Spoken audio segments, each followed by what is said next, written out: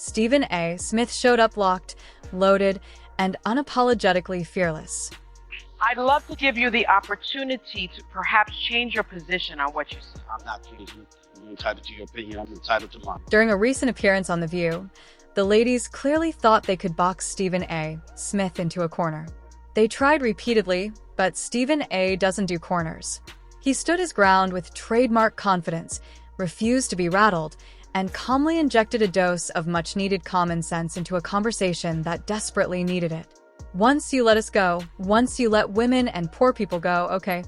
Once you let us go, once you let women and poor people go, what do you have? I would say to you, Whoopi, and what I would say to anybody, focus on what's going to win. That's exactly why today's video is an absolute must-watch. The kind you don't scroll past, and definitely don't skip. I want to talk to you about my friends, and some things that you recently said. You know I like you, right? Okay, so you recently accused Senator Mark Kelly, a veteran, an astronaut, of crossing the line for participating in a video reminding troops that they can refuse to follow illegal orders.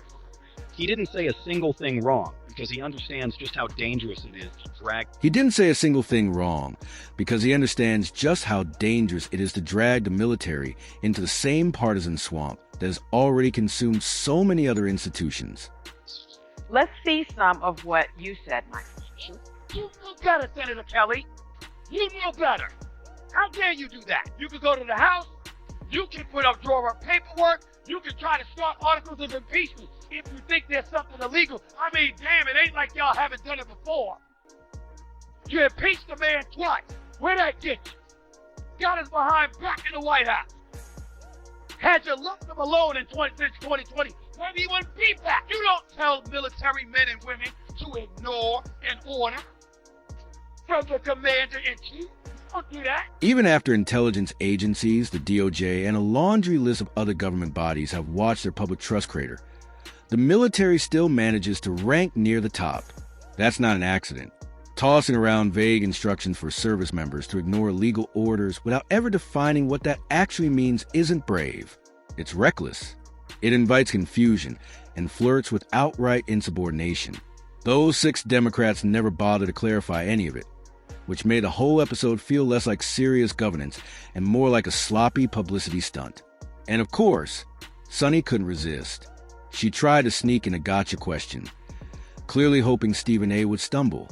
Instead, it blew up on impact and backfired immediately. Pete Hegseth said in 2016, I do think there have to be consequences for abject crimes.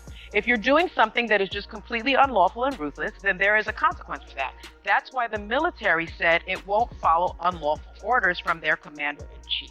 Now, given the fact that the secretary himself said that, I'd love to give you the opportunity to perhaps change your position on what you said. I'm not changing it. Okay. You want to stay loud and wrong? You can call it loud and wrong all you want to. You're entitled to your opinion. I'm entitled to mine. And circling back to a point Stephen A. made in the very clip Sunny played. Let's be clear. Those 6 Democrats are lawmakers, not social media influencers. When I was talking about military, what I did was get on the phone with family and friends who have served in the military. And I said, we're not civilians. This is not the court of law. You can be implicated for implying something if you are a former military member or you are a present military member. It wasn't what Mark Kelly said. The fact that he was a combat Navy pilot who served in the military, who would tell folks, ignore an order when it gets... The instant they started shouting illegal orders, it laid bare just how deep the groupthink runs on that show. If they genuinely wanted action, Congress gives them a toolkit bigger than most reality TV sets. They could have pushed for a committee hearing, requested a formal legal review from the Pentagon's watchdog. Every option was on the table. But nope, they went for a social media stunt instead of actual governance. And just when you thought the chaos was peaking, Whoopi jumped in, pivoting the conversation to grill Stephen A. over critique of how Democrats handled last year's election. Let's dive into what she had to say. I know that you have very strong feelings about Democrats, but I do have this to say to you.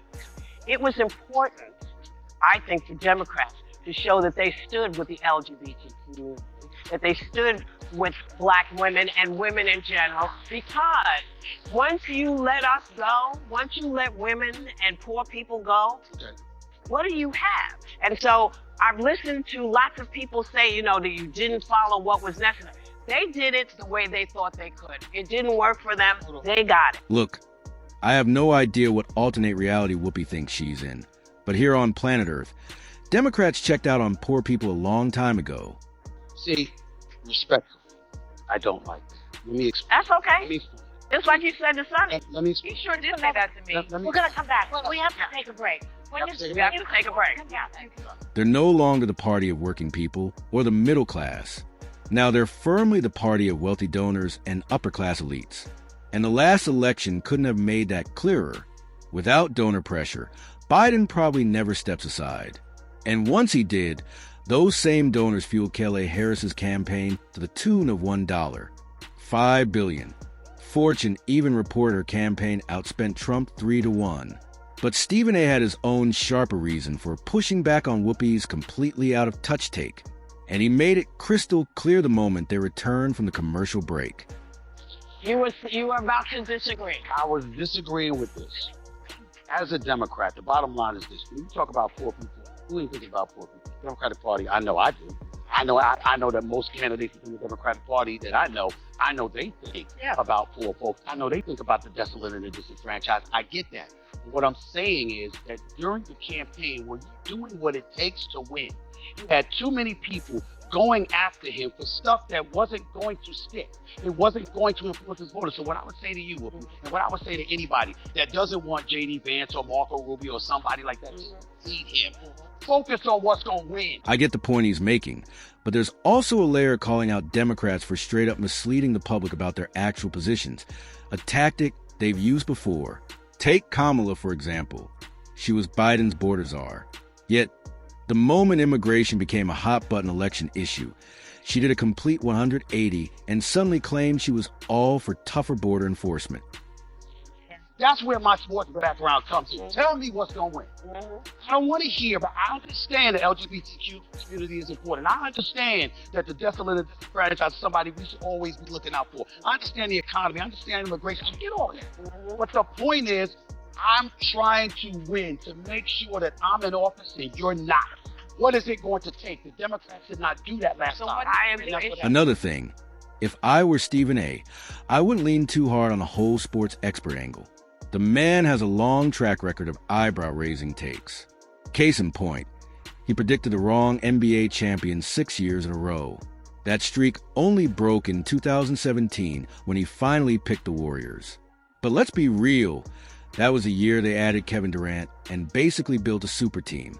And just when you think the delusion might end there, the ladies dove right in with him during his final answer, fully feeding the circus. What is the winning issue now? Affordability and safety. Yes. Period. Affordability and safety. Yeah. Which affects all those groups. And a willingness to cross the aisle and show that you're willing to work with people to get stuff done so we don't have this chaos just because we disagree. Yeah. I think that the Democrats try harder than the Republicans to do that. Well, really? Yeah. I don't know about that. How can Sonny claim that safety is a top priority while simultaneously backing criminal justice reforms that help create the very problems she's worried about? It perfectly sums up what The View really is. A show addicted to punchy sound bites. Most guests and the hosts themselves clearly don't have a deep understanding of how policy actually works. They're too busy seeing who can yell the loudest. Drop your thoughts on this story in the comments. Don't forget to like and subscribe, and thanks for watching. I'll catch you in the next one.